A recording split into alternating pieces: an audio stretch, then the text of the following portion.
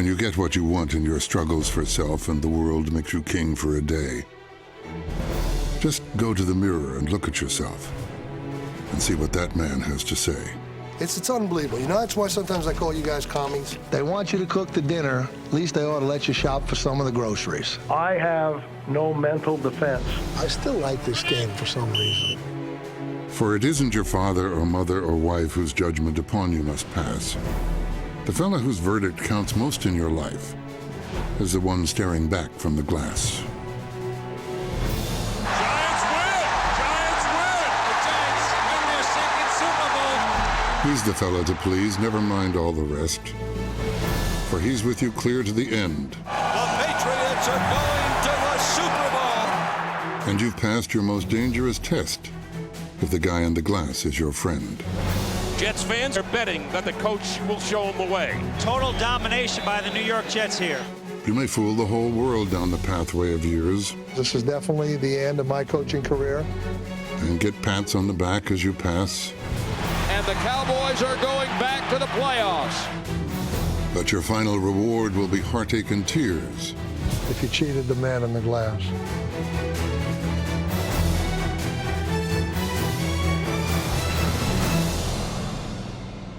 Hey, God's been good to me.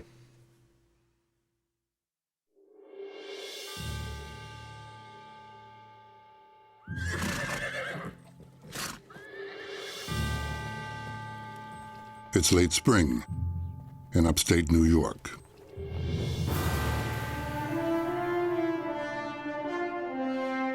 For these athletes, it's time for training camp.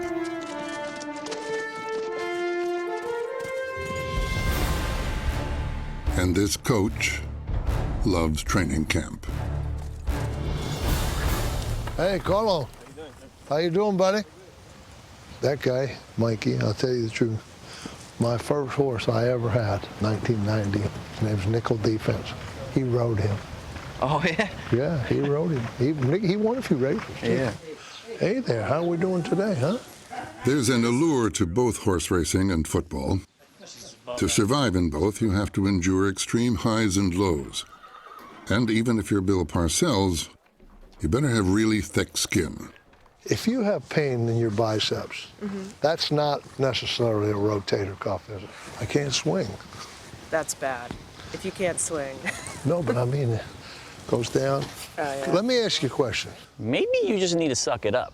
That's right. You're right. You're right. Okay. You know, so I mean, if you maybe want people to feel sorry for you, I'm not maybe you should feeling stay sorry. home or something. Listen to me. This is a big boy world we live in, all right? Hey, I can. All right? I can hike. I mean, what if Chad Pennington tells you his shoulder's a little sore? I What are you can gonna hike tell up my big boy pants, All right, Rob. I've been hiking them up all my life. Okay, all right. I know you're a tough guy, but I'm getting a little. I mean, you're getting a little soft over here. I am soft. I am. Parcells owns a home in Saratoga. And in his office are the rewards of a man who's been hiking up his big boy pants in the National Football League for more than 30 years.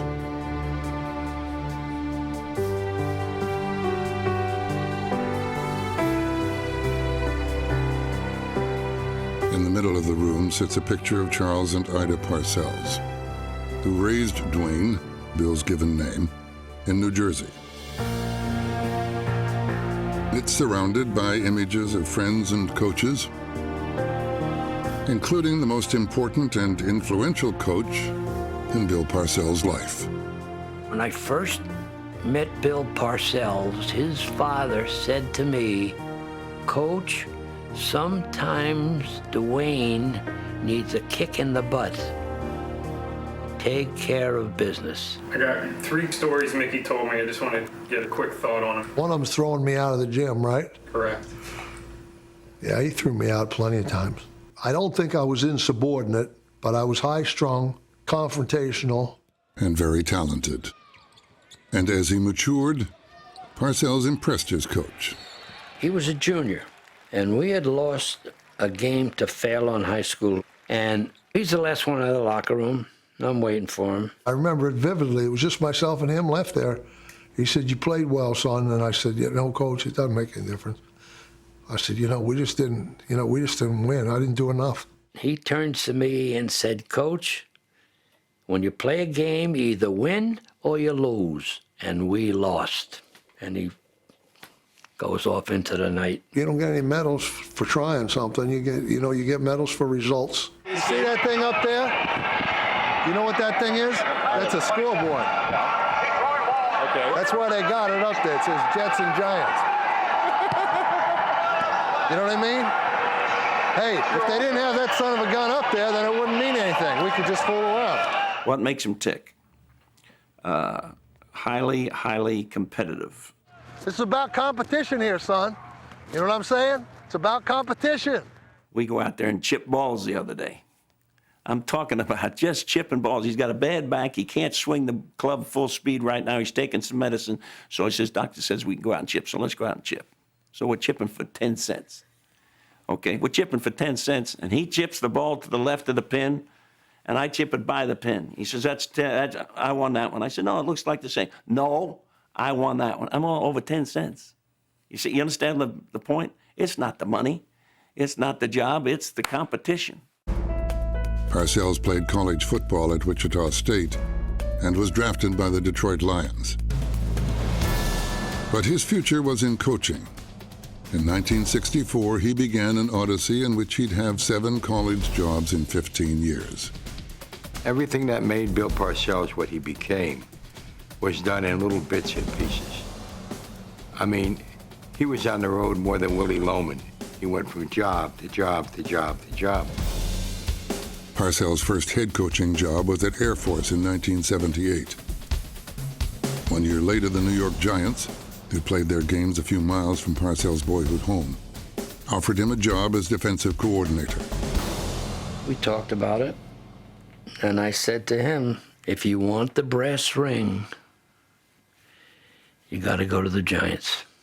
Which he did, for about 8 weeks. Then he realized his family wasn't ready to move yet again. I had to decide whether I was going to abandon my children, I mean, so to speak, because they weren't coming east. If I go there and they stay in Colorado, it's not good. I actually ended up driving to the airport and dropping him off, and he left and went back and didn't coach the remainder of the year. He became a Broncos season ticket holder, and at age 38, started selling real estate. Wow. I mean, I was miserable. That's about the best way to put it. It's kind of been the way it's been throughout his career. You know, every time he quits and I got to get out of here, and then, oh my gosh, what did I do? No, I got to get back in. At some point in time, my wife realized, she said, you're a coach, go back to do what you love doing if you can do it. And then they were kind of with me then. Parcells was rehired by the Giants in 1981. But when head coach Ray Perkins left following the '82 season, football's Willie Loman had a new job. Hi, I'm Bill Parcells, the head coach of the Giants.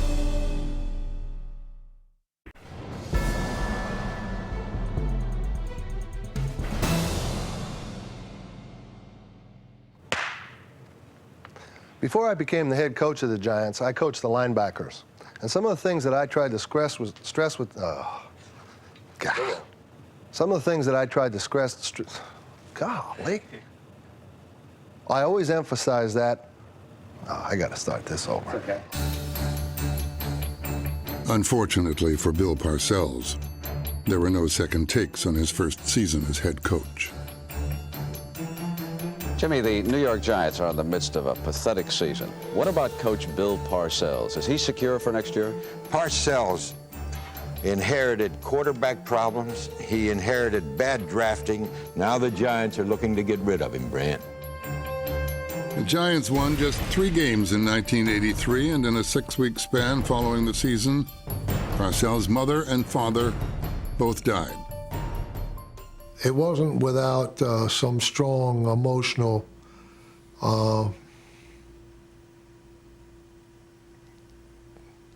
times. It was pretty tough because you feel like your whole world's going away. You know, you're not gonna have a job, you don't have parents. I didn't think I'd be back. But once I got the second chance, I said, look at it, if I'm going to get fired here, I'm going to get fired doing it my way. He said the same things to me in the weight room one day. Sims, if I survive this, we're going to do it my way. After the '83 season, he took more of an approach of, I like the players, but I can't be friends with them, and I'm going to demand a lot of them, and they're not going to like me, but that's okay because that's what we need to do to win. So I don't even ever think of Bill Parcells' first year as the start of his NFL coaching career. I think of 1984 when I saw the real him. Tell that undisciplined center we got to get his head out of his ass. Let's get this operation moving. Shut up. Time out.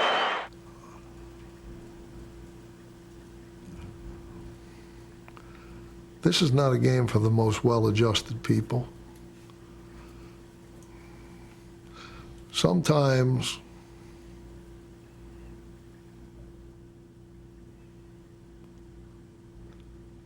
purposely being irate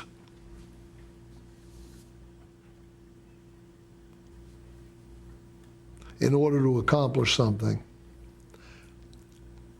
can be more effective in sports than approaching it with a rational or seemingly rational approach. Now get in the game, man. Creating the turmoil gets the attention where you want to get it. What the hell's going on out here? Perhaps not since Vince Lombardi had a coach purposely created so much turmoil and tension. Lombardi said one day, "Is this become a game for madmen, and am I one of them?" It has, and Parcells was. What the are you doing? Stand 10 yards in the backfield. Get up on the line. He expects the game to be played a certain way and with a certain passion, and if you don't have that, you're not going to be a member of his team. I'll tell you, you get in a fight and you get thrown out of this game, you're going home for good, okay? Just so you know. That's pretty much the way Lombardi was. Tell you something, Leroy, you're not going to get your job back unless we get a better performance. Lombardi, to me, and Parcells were like a good teacher. When you have a good teacher in school, the ones you remember are the ones that were tough, the ones that made you study or made you want to be a better student. Hey, fellas, this is what you work all off season for. This is why you lift all them weights. This is why you do all that. Lombardi and Parcells did that with their players. Lombardi and Parcells had more in common than just being teachers. As a high school basketball coach in New Jersey, Lombardi had a player named Mickey Corcoran. Corcoran was the human link from Lombardi to Parcells. Mickey was around the team so often, I thought that they should give him his own locker.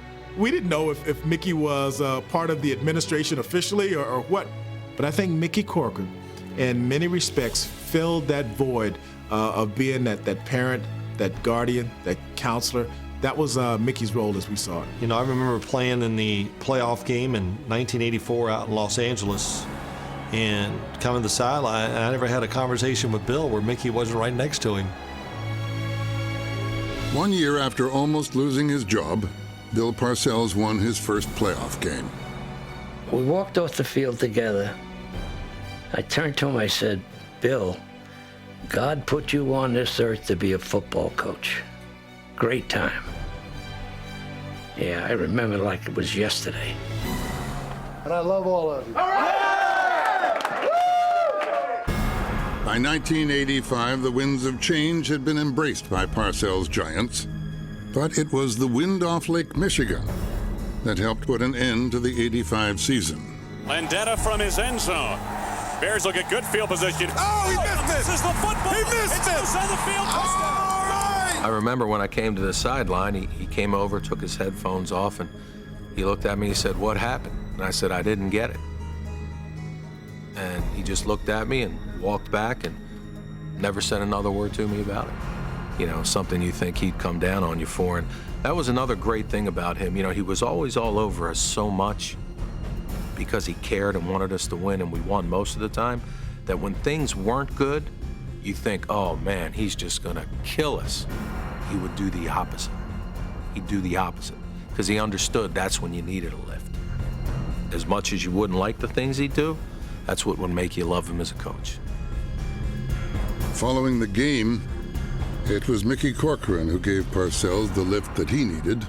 I really was very short with everybody. I don't mean impolite, but I just did not want to hear it. And we're on the plane and we're riding. We haven't said a word. We're going along. All of a sudden, he just taps me on the leg. And he calls me by my last name. He says, "Hey, Parcells," he says, "you got to figure out a way to beat those guys." And I turned to him, I said, "They're pretty good." He says, "Pretty good?" He said, "They're magnificent." Just what he said to me. He said, "You still got to figure out a way to beat those guys." And I would say that, as much as anything he ever did for me, got me snapped. It was like a head snapper, right back on, you know, he's right, Parcells, you got to get your butt going now. Led by league MVP Lawrence Taylor, Parcells' 1986 team dominated the NFL. That's the way to go. That's a good series right there. That's the way to go.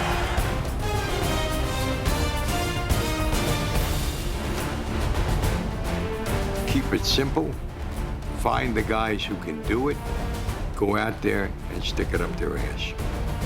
That's Parcells football.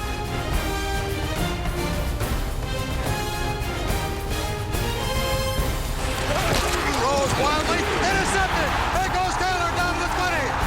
10, touchdown, LT. More than 2 decades after he started coaching at Hastings College, Bill Parcells was headed to the place he always wanted to be. In the tunnel, moments before the start of a Super Bowl. Doesn't get any better than that. Doesn't get any better than that. I mean, your adrenaline is at max. You know, you want to get going, you want to play, you want to find out what it's like. Time cannot go fast enough to get you there.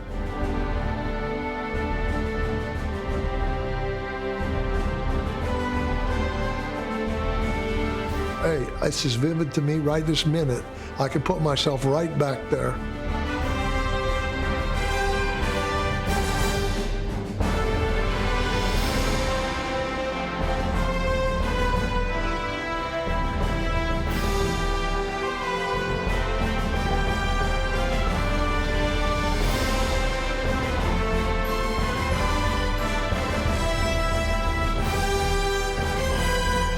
Bill Parcells took the ride of a lifetime. The rest of your life, man. Nobody can ever tell you that you couldn't do it, because you did. He shared the moment with his mentor, and he hoisted the trophy named after Mickey Corcoran's high school basketball coach, Vince Lombardi.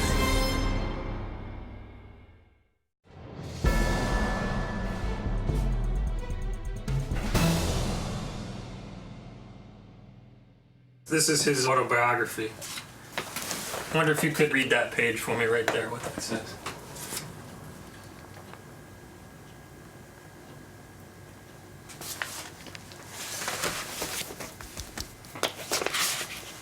To Mickey,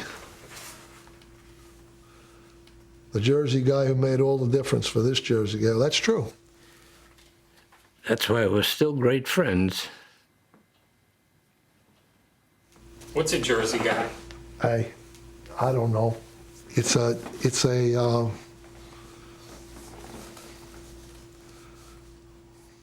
We all know what it is. With the traffic and the hustle and the bustle and the kind of rough language. You can't be pretentious. You can't be a phony. It's right to the quick bottom line. You know, now it's become very fashionable, I guess, since The Sopranos, to be a Jersey guy. You're supposed to be a thug, or you're supposed to be a tough guy. The stereotypical Jersey guy, Bill Parcells. And that's why other stereotypical Jersey guys loved him. He was their guy. And you know what? His father was a corporate attorney. I mean, Bill will let you believe that he grew up in downtown Newark next to Tony Soprano. But I drove by the house. It was a very nice house. There was a few white shirts in his father's closet, I can guarantee you that. I hope this isn't taken the wrong way, but Parcells kind of reminds me of The Godfather. boss, you know, leader of the mob type presence about him. And you would think he was Marlon Brando or Al Pacino. Don't you put this on film. Please. Is it on or not? That's on now. No, that's part you told us. Would you please? Don't. I don't want to see that. I'll come and get you. I still got connections over there in Jersey, you know. And we take people for a little ride and talk to them. He was the king of New Jersey. I really think he could have run for the Senate. Thank God he didn't. He might have won. By 1990, Bill Parcells was still winning on the field and losing big off it. I lost 35 pounds in 5 months with Ultra Slim Fast. I lost 33 pounds and never felt better. We lost weight. If we can do it, you can do it. I didn't recognize you got so skinny. Oh, yeah. You look good. Lost weight. Feel all right. 2 years ago, I was 284. When I got scared, I wasn't feeling good. How you doing, kid? How you doing? You guys with this losing the weight and everything, huh? There you go. I'll do anything for money. Not only was Parcells making some lifestyle changes, he was changing the nature of his team. I know the '86 team was a great team, and I think everyone expected that they were going to win that Super Bowl. But the '90 team, to me, this was like the epitome of a great coaching job because it wasn't that great a team. But he took a guy like Otis Anderson, put him in there, and let him run the ball. I could have scored on that son of a... Hey, from there to that show speed, I got smart. I got smart. I could have made 20 myself. His wide receivers were not good, so we threw the ball to Bavaro a lot. He rebuilt his offensive line from the '86 to '90 and changed the whole philosophy. And '86 was the more finesse kind of guys. '90 was more power kind of guys. Come on, run with power. Run with some power. See some power, Jumbo. And he lost his quarterback late in the year. And when he won that Super Bowl, I just said, this guy really knows what he's doing. That and Belichick's first Super Bowl, I think, were the two greatest coaching jobs I've ever seen. Before Parcells could win his second Super Bowl, he'd have to pull off one of the greatest upsets in NFL history. And he had plenty of Jersey guys around for support. We're like guys from Jersey. We drink beer out of cans, and it's Budweiser, and we don't have cheerleaders and we don't have fancy stuff. We just know how to go down and make guys like Joe Montana feel sick. Is it in the playbook to try a fake when you're fighting for a chance to go to the Super Bowl? Ooh, fake. It's going to be a fake. They run across the 50, 45, 40, 35, 30. What a run by Gary Reason. Down to the 25-yard line. Oh, my goodness. If the field goal is good, they win.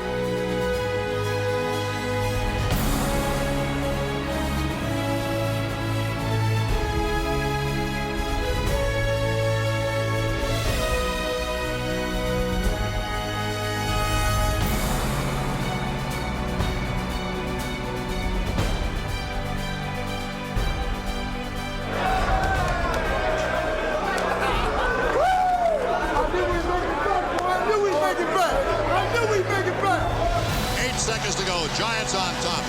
The ball will be spotted at the 37-yard line. Snap. Spot. In the air. It's got the distance. It is. No goal! Once again, Parcells was on top of the football world, but the weight of the world was on his mind, and he was about to make a decision that would alter the course of his career.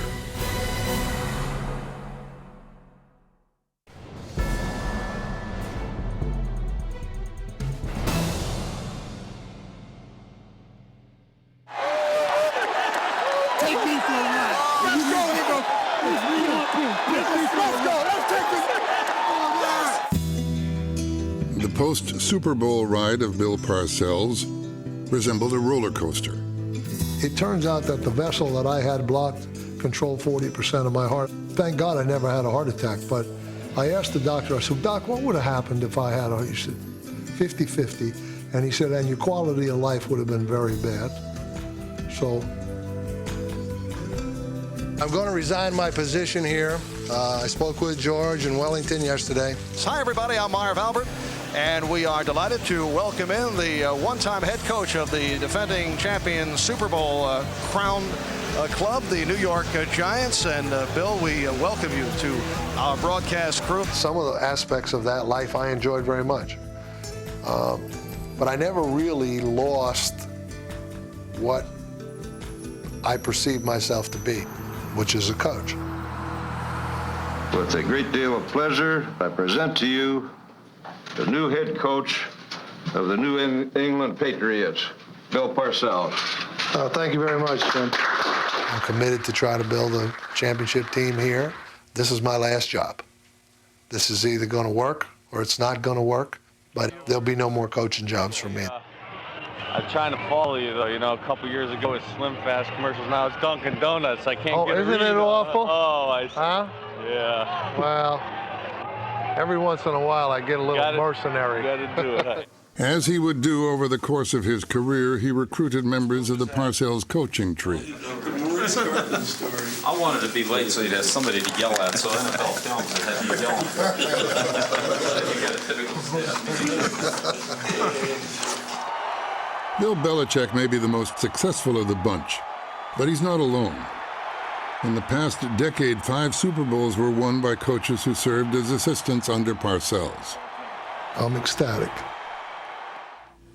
Hey, those who follow, that's important. That's what I'm following Mickey. Some of these other guys, you know, it's those who follow. And as they all found out, following Parcells was often a challenge. There were all sorts of things that would come up. You know, he'd whisper to you on the way out to the practice field, "Hey, I'm going to be a little harder on you today at practice." And he wasn't going to get after the quarterbacks. He was going to get after the guy coaching them. You're too nice to these guys, huh? What are you nice? What are you giving them? What are you guys doing in the meetings? Toasting marshmallows, huh? You're too nice to them. And it was for effect. And then every once in a while he'd yell at you and he'd say, "It's not for effect." And then you knew that, well, he's not playing with me here. This is different. You know, Bill's the head coach, and I always felt that whatever way he wanted it done, that's the way we were going to do it. That really wasn't debatable. Well, Bill, give it to him again. Bill, give it to him again. Damn!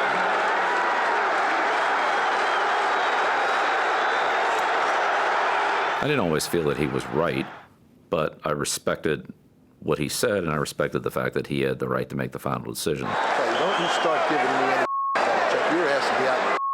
First down. When people in organizations typically would begin to relax because you've had some success or you've had some stability in your job, you know, he viewed that as something that needed to be shaken up occasionally. Hey, Fred, I'm going to tell you, those linemen are standing around, wandering around, or really don't even know to get on the line of scrimmage. The first time I heard him fire Fred during the game, I go and I tell Carl. You know, Carl was big brother. So I run and I go and tell Carl, hey man, CB, Parcells just fire Fred, man. Hey, Bill, we had to leave Megan in there. He's got more speed. Hey, I'll coach the team, okay, Fred? I don't need with ideas. Just get the guys blocked. And Banks like, oh, don't worry about it. He probably fired him 20 times since I've been here. I'm like, what? Wasn't as bad as they said it was. Here we go, Blue. All the way through. Ask them, did they get a fair amount of time off? Were the hours unreasonable? Now, once we get to the field, you're accountable. I know what he wants to do. Shut up, Charlie. Shut up, Charlie. Quit making excuses.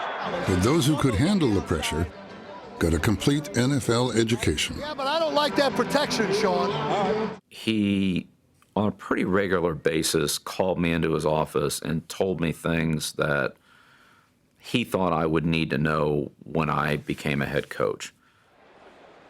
Helping assistants become first-time head coaches was one thing. Dealing with a first-time owner, that was an entirely different proposition. This is roll 1, Robert Kraft.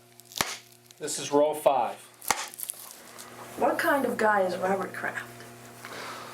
Well, based on the figures I saw for the purchase of this team, he's a guy that's in a great deal of debt right now. Well, I think Bill Parcells is a genius in his field. Yeah, let's put that one on there. That'd be good.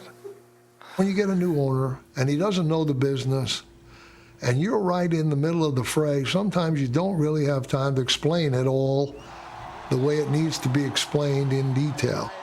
I think one of the things that put a challenge in our relationship was when I bought the team, he had a 5-year contract. And each year, at the end of the year, he'd say he didn't know if he was going to coach the next year. You know, I'm going, I got all this debt. I'm letting you make player decisions, and you might not come back. You know, I made sure in his last year of coaching with us that personnel people had a strong input because I wanted people who would be with the organization long-term accountable for what happened. Kraft's decision brought a typical Parcells response. They want you to cook the dinner. At least they ought to let you shop for some of the groceries. Okay? Well, there was a strong pull in both directions. You know, there was It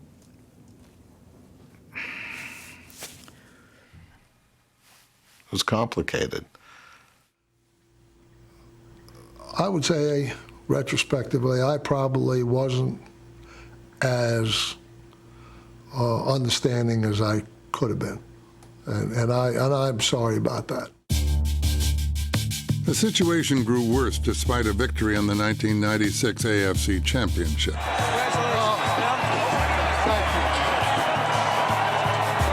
Bill Parcells would coach in the Super Bowl amid rumors that he was being courted by the New York Jets. It's pretty clear that Bill is one of the best coaches in the modern history of the game. I think I said that publicly. I would like him to come back and coach. What if he doesn't come back? You gotta let me finish. Sure, go ahead. Parcells' third Super Bowl did not have a happy ending. The Vince Lombardi Trophy is coming home. World champion, Green Bay Packers. 5 days later, Bill Parcells retired from the NFL for the second time.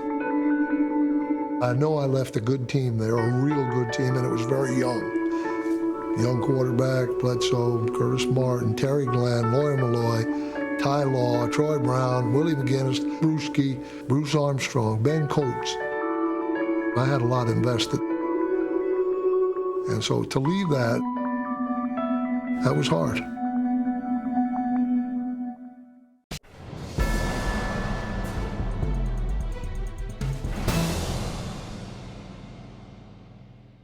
The thing that's different here is a man that's run his own show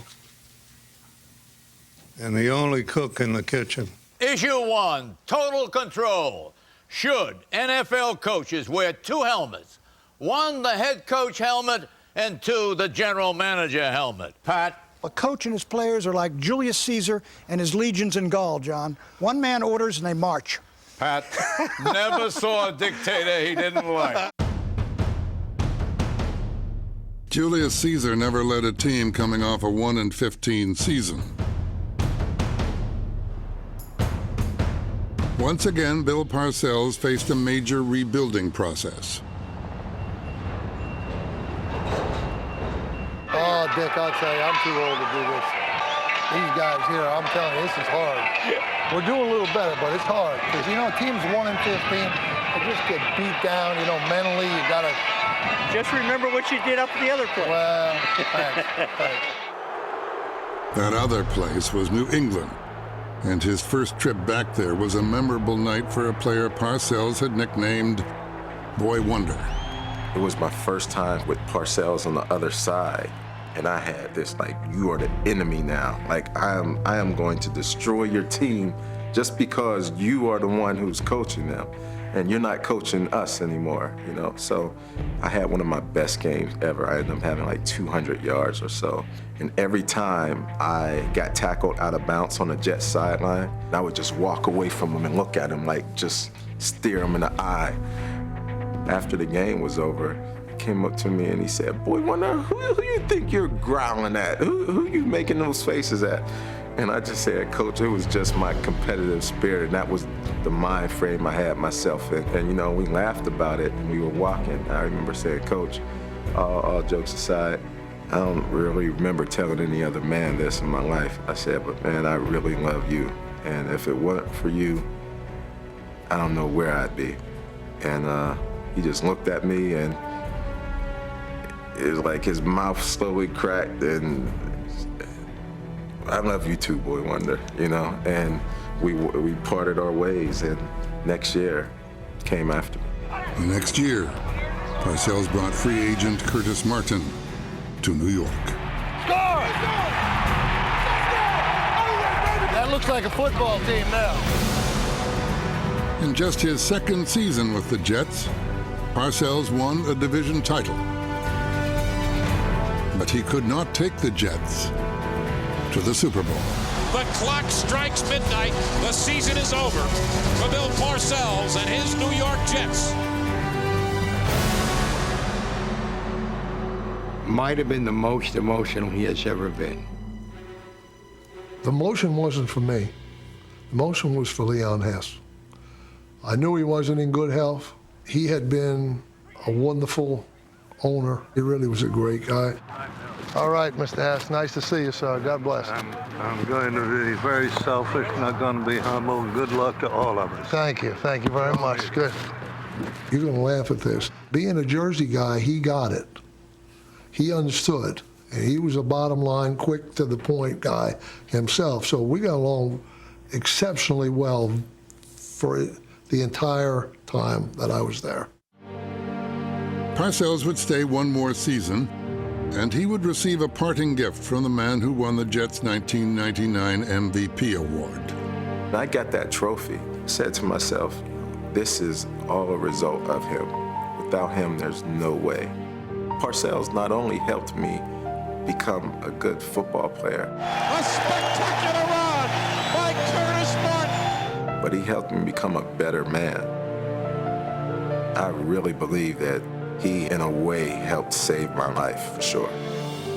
And so what I did was I wrote a note telling him how I would probably be somewhere lost if it weren't for him. And I told him that he's like a father to me.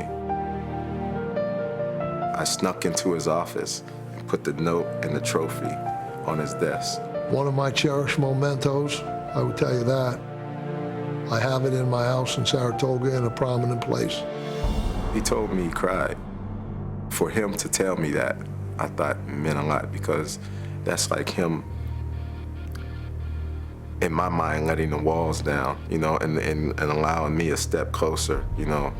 And so that was pretty significant. I'm not going to coach any more football games. This is definitely the end of my coaching career. Once again, he retired from coaching, but this time he read a poem to his team on his way out the door. You can fool the whole world down the highway of years and take pats on the back as you pass. But your final reward will be heartache and tears if you cheated the man in the glass. I have that poem. I've had it with me since I was a young man. It's the person you have to deal with. You have to be able to look in the mirror and look at that guy and say, okay, that you're okay with that guy. That guy is an honest, forthright, hardworking, fair person. And if you can't say that, then you're probably not going to be very happy in life.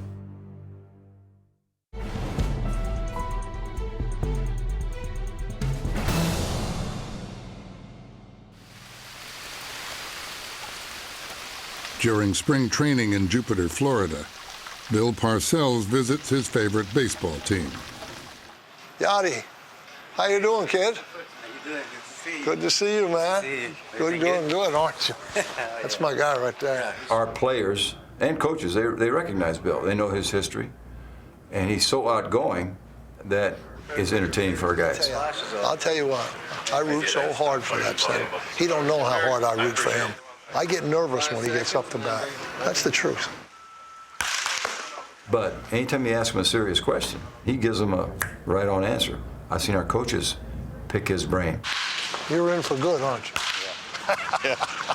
You're like me. You're like me. No way out. Nothing else to do now. All these guys, even these big guys like Pujols, and talked to him a couple times. You know, it's not about anything but achievement. That's all you're going to really remember is what you did.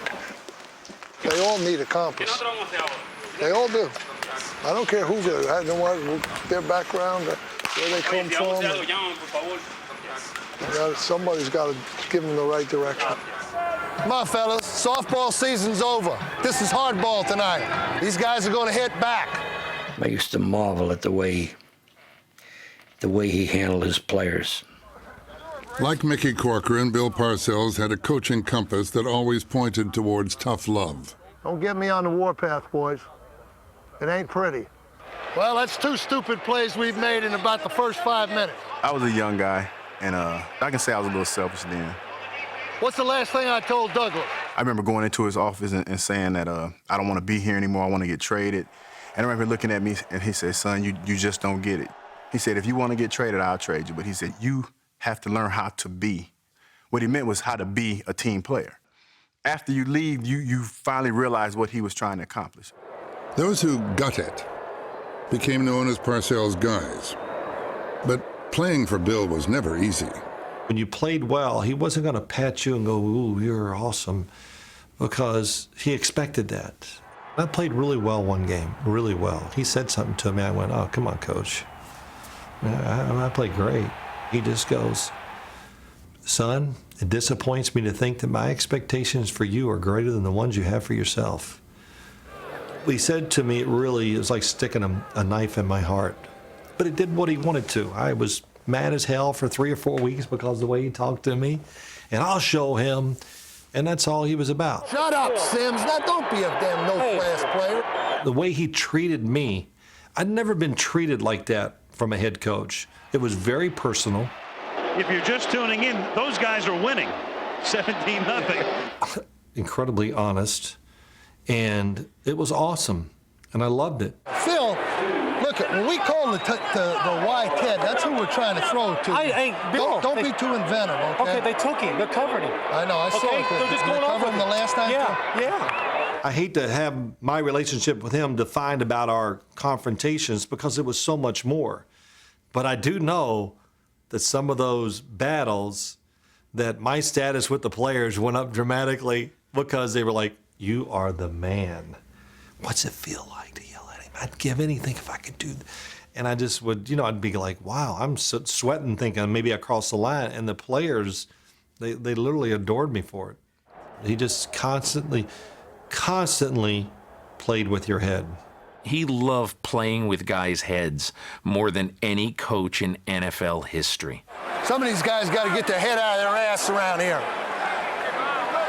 I will never forget the time. The Giants were playing the Rams, and Lawrence Taylor always had a difficult time with a tackle on the Rams named Irv Pankey.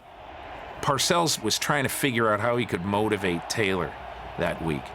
He'd put a plane ticket on Taylor's stool, and when he got into work on that Wednesday, when they were starting preparations for the Rams, Taylor noticed this plane ticket on his stool, and Parcells was walking through there. He goes, hey, what's this? What's this plane ticket? And Parcells said, it's a plane ticket. You go down to New Orleans. You send Pat Swilling up here. He's number 56, too. He'll play for us this week. He can handle Pankey. You can't, obviously. I said, you don't have to change shirts.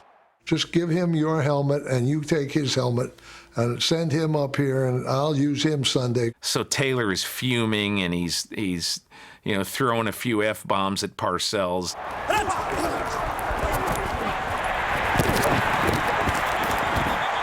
Needless to say, Lawrence played well. Up next, the master of the metaphor. It's like looking for hen's teeth. It's like picking chickens. It's like beating farts out of dead mules. You look like a drugstore Indian. You're standing there so long. Talks tough in Dallas. You're starting to get a little battle-hardened here, because I'm beating the shit out of you every day. And you're getting used to it. And that's going to serve you well.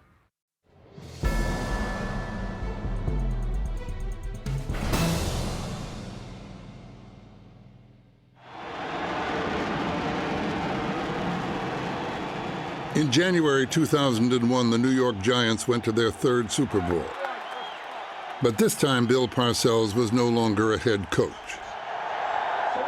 I had to toss the coin with Tom Flores, and Flores and I are standing there, and Tom says to me, "This doesn't ever get old, does it?" I said, "No." I said, "I'd like to do this again."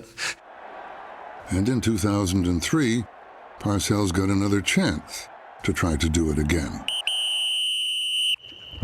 This time as head coach of a Dallas Cowboys team that was coming off 3 straight 5-win seasons.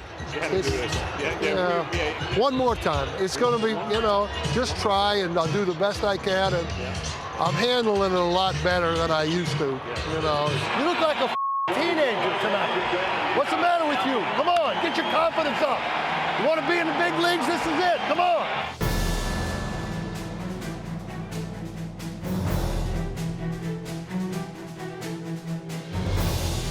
Parcells remade the Cowboys in his image. And in his first season, transformed them into a surprise playoff team. That was a power run that Parcells willed from 15 years ago. That's the way to go, fellas. Attaboy, there you go. And the Cowboys are going back to the playoffs. I'm just proud of them. Okay, you're not going to be able to call them losers anymore. Congrats again. All right. Good luck. For what? We didn't do anything yet. Hey, first coach to take 4 teams to the Come playoffs. on. That's not bad, no? Yeah. I had a lot of practice. Despite his early success in Dallas, Parcells continued to waver between a life in and out of coaching. Hey, you know what I'm going to be doing, Doc, in about a year? I'm going to be sitting in a little rest home, making ceramic ashtrays and pot holders, and getting some warm milk. Popping the pepper. And say, what time is Jeopardy on? He talked about that after the '86 season. That one more year, I've had enough. You can have this job. This is about the end of the road for me. I'm telling you, I ain't going much longer. Just between you and me, this could be it, I promise you. This year or this contract? This year. Oh, I'm telling you, buddy. My stomach hurts every day. You having that much trouble? 5 minutes later, it would be, boy, next year we're going to, get this guy and, we're going to make him a better pass rusher. So he would go from retiring 1 minute to talking about future plans 5 minutes later. I love coaching. I want to coach. I can't coach anymore. I tell you, Patrick, I'm getting too old for this. I mean it. I'm not kidding. When it came to football, Parcells found it hard to control his passion and his anxieties.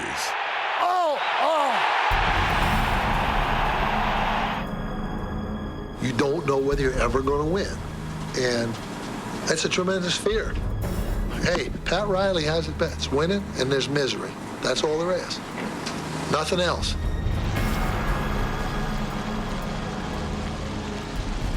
I have no mental defense for what happens to me.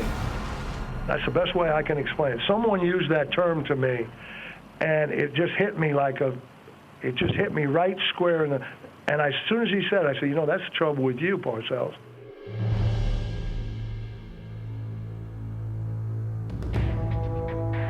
You get to the point where these jobs can eat you alive, and yet I use the word narcotic because it's true, the narcotic of the game. If you like action and you like competition. You like football, Renee? Oh, yeah. This is it right here. Well, Sunday at 1 o'clock in the NFL, that's where that is. Come on, you like football? This is it tonight, boys. You like football? Once it was in your system, it was hard to get out of your system. He once said to me, when you're out of the game, it's like you were never in, and when you're in the game, when you come back, it was like you never left. For Parcells, the game's biggest allure was the chance to win on its biggest stage. He told me, going out to a Super Bowl, I just want to win this thing once. A month later, we're having lunch. He says to me, I just want to win the Super Bowl one more time. He did that. Now, I just want to win it one more time. That's That's a challenge. It's The 2006 playoffs may have been the coach's final chance to get back one more time. Romo can't get the spot down. The Cowboys did not kick the field goal, and their season's going to end. The whole time Bill was there was a clock ticking, and you knew it was going to expire at some point. You just were hoping that when it did expire, we would win that playoff game or win a couple of playoff games and get on a roll.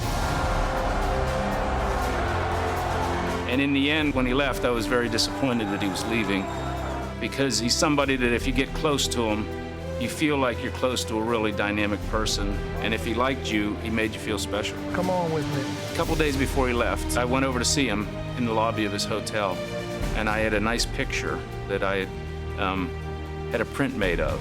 I wrote on the bottom of the picture, "Bill, thank you for the time that we spent together. I learned many good things from you." And I just signed my name on it. I don't know what he ever did with it. It might be in his house, it might have gotten tossed. And they gave me a hug and he said, you know, keep in touch, and that was it. For years, Bill Parcells couldn't stay away from football. But was he out of the coaching picture for good? Coming up, Parcells and the press. You get intimidated when you go into those ladies' stores and stuff. I'm intimidated. That's the truth. I don't know what I'm looking at or what I'm doing. Well, I'm going to ask you my questions first. First of all, how many questions do we have? Not that many. 2? No. More than 5? No. 10?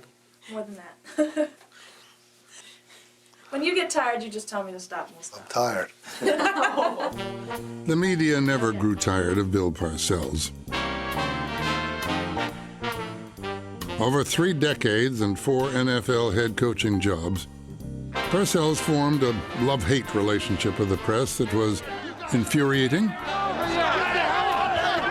entertaining, and always captivating. Well, that's a good question. The fact that he had his first head coaching job with a team that had probably 25 different newspapers covering him, and he won 2 Super Bowls there. He became an iconic figure in the sports landscape of this country faster and will probably stay there longer than a lot of others. I've covered coaches back to Vince Lombardi and before that, and I enjoyed being around him more than any other coach I've been around on a regular basis. It's unbelievable. You know, that's why sometimes I call you guys commies. That's why. It's that stuff right there. There it is. Subversive from within, even when it's going good.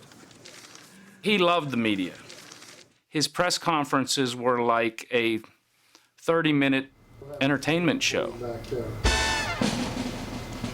He sucks you guys right in. So consider yourself sucked. You think this is the PTA? It was informative.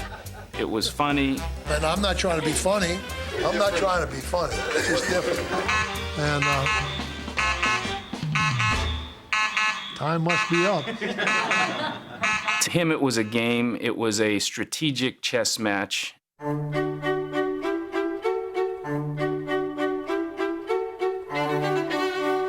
He loved the give and take and the dance that was the question, and do you answer it in a smart alecky way, or do you give him a very thorough explanation, or do you put the person down? What the hell are we having this conversation? What, is it relevant to right now?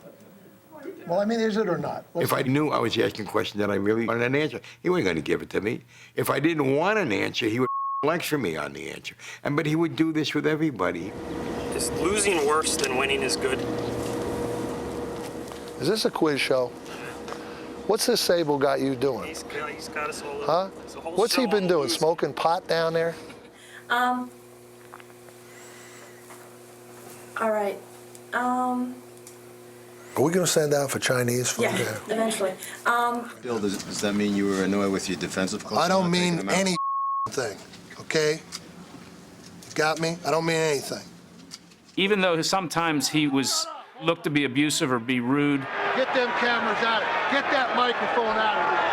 he really didn't have a distaste for the media people. He played that up sometimes because I think that was just all part of his tough guy role. Let's go. That's it. Out. Get out! Get out! Parcells liked to keep the media at arm's length. Can you please get away from me? Come over here. But there were certain times when he let down his guard. Bill had this thing that every Thursday night during the season, he would sit down in what we called it the dungeon. It was a windowless, airless tomb, a press room in the bowels of Giants Stadium, where he would come down maybe about 6 or 6:30. Here he comes. We hear the bell on the elevator, and we knew he was coming down. And we're trying to pack up to get out, to go home. You know, it's the end of the day. He would come in and say, okay, what are you guys stirring up today? And we knew that we were going to be there for a while. I remember he would sit down and cross his legs and light a cigarette and just sit there, push his chair back, and just talk. He'd talk not so much about his team. He would talk about football. He'd talk about life, stuff like that. And he'd love the give and take. It was great. He had a knack for making you feel, okay, I really like this session. I enjoyed being with them, I enjoyed bantering with them, and I enjoyed their viewpoint on a lot of things. I'm hopeful that the good relationship continues, because I know I'm a pain in the butt sometime, and so are you.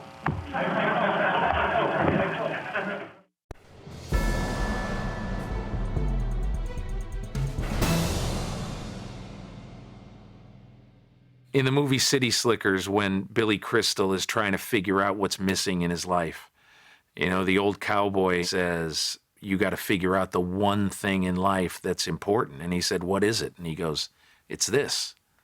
It's one thing. And he goes, well, what is it? And the old guy wouldn't tell him, because he can't tell him what's the most important thing in his life. In Bill Parcells' professional and I think personal life, it's very hard for him to not have a team, to not be on a team. As great as it is to say, oh boy, he can just retire to Saratoga, he doesn't want that. He wants to have this. In City Slickers, Billy Crystal rode a horse. Bill Parcells preferred a golf cart. And in Miami, he searched for the elusive this as only he could. Where you taking them? Kev, where you taking them? For the hot chocolate? Huh? Hey, get him a pacifier and some hot chocolate and 2 marshmallows. Parcells became Miami's executive vice president in 2008. In his first season there, he helped orchestrate the greatest single-season turnaround in NFL history, as Miami went from 1-15 to division champion. I still like this game for some reason. Yeah, you do. That's obvious. I don't know why, but I do. Been good to you? Oh, come on. Good isn't the word. The overriding factor that keeps him coming back is the juice of competition. It's competition. It's what myself and my friends call the juice. It's the juice. You need the juice. The juice is who we playing today. Excuse me, that juice term is also a term in New Jersey for overdue interest on borrowed money. Okay? Is he gonna make it, Woodrow? Want to buck on this? What do you say? You gonna make it? Okay, you got it. Oh, Woodrow, you're gonna have to pay me. You're gonna have to pay me. Huh? I want to buy tonight with 10% a day around here in Jersey, where I come from. That's called the juice. The juice. That's exactly right. There's going to be juice. Prior to the start of the 2010 season, Parcells relinquished control of the team and became a consultant, fueling speculation that he's either really moving closer to retirement this time, or in his pursuit of this, he's perhaps looking to write one more football chapter. Is Bill done coaching? I can't tell you that. Him and Brett Favre need to have a conversation, don't they? And because it's that juice, it's running through him pretty bad. I'm not coaching again. Get me back out there. I could do this one more time. You know, that's how I feel. And it's, you know, when you're in your middle years and you're in coaching, you sit and you reflect, you say, is this, Parcells, is this the only thing you're ever going to do? Don't you? You know, my poor mother, she she said, when are you going to get a real job, you know? Like you've heard that, like your brother, the banker. Well, you know, that kind of resonates in your head from time to time. And you say, is this the only thing you're ever going to do? Are you ever going to get to leave the country and go travel somewhere or go do something else? And, you know, but then you get through that stage and you realize, well, this is what you do. Is it a little less than perfect? Yeah, it's a little less than perfect. And was I a little less than perfect doing it? Yep, for sure. But that's what I did, and I'm no longer ashamed of it.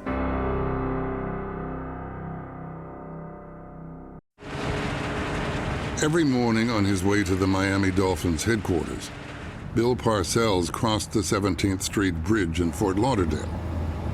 I used to sell newspapers on 17th Street and Federal Highway in Fort Lauderdale. One day he came by and I said, wow, that's Bill Parcells. Next day he started buying a newspaper. We started talking. I think the thing that kind of got us going was he said to me, he says, Coach, he said, you know Andy Reid?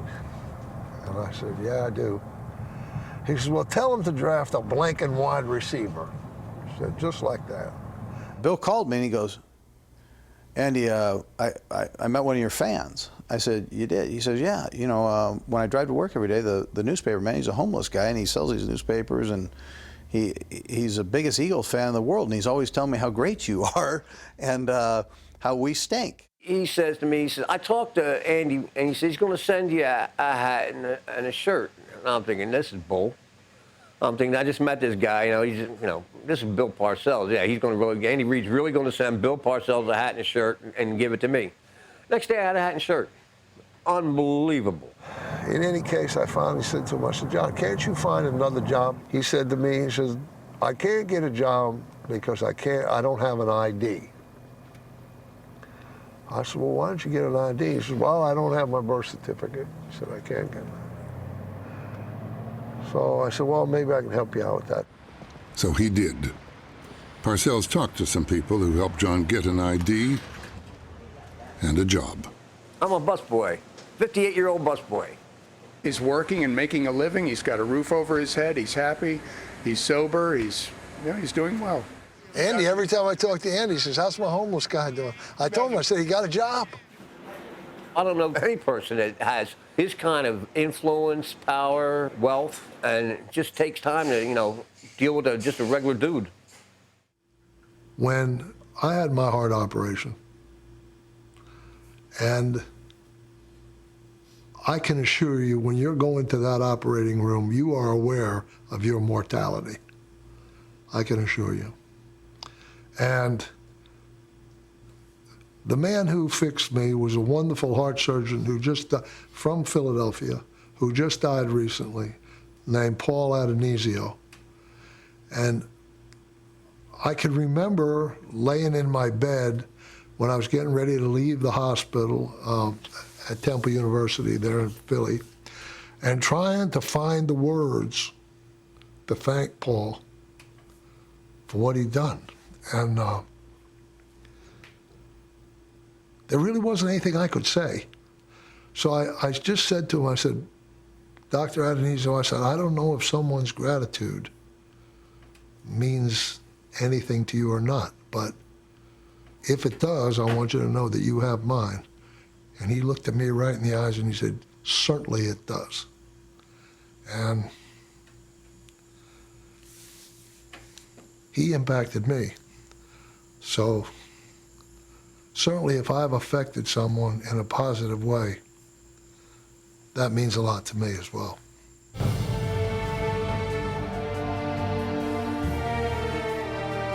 His legacy, when I think of it, before I think of football and Super Bowls, the first thing I think of is the lives that he's changed.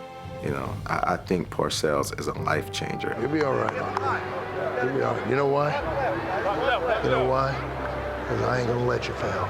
I promise you. I've seen it in various players that have talked about him as a tyrant and the toughest guy they've ever been around, but 10 years later they come back and thank him. And I mean tears.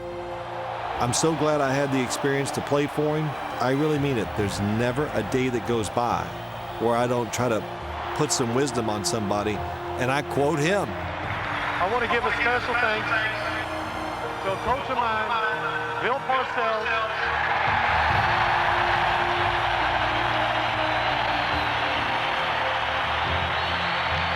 who helped me grow up as a man and make me reach my full potential as a player. You're bonded with those players. You know, especially if you've won with them. And then it's like it's hard. I heard Pat Riley say this. He used the word, it's a blood kinship, and it really is. I mean, I've got them. They're in their 50s and headed for 60 now, and that's the way it is with them. They're still your guys, and you're their guy. And when it comes down to it, that's what it is. I remember one day, we were in the restroom. He said, I think you get it. I think you get it, and I like you. And he said, but don't ever forget this.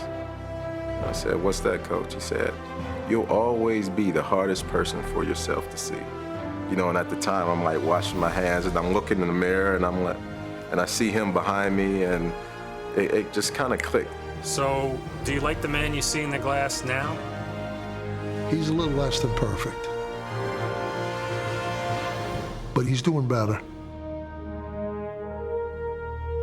He's doing better.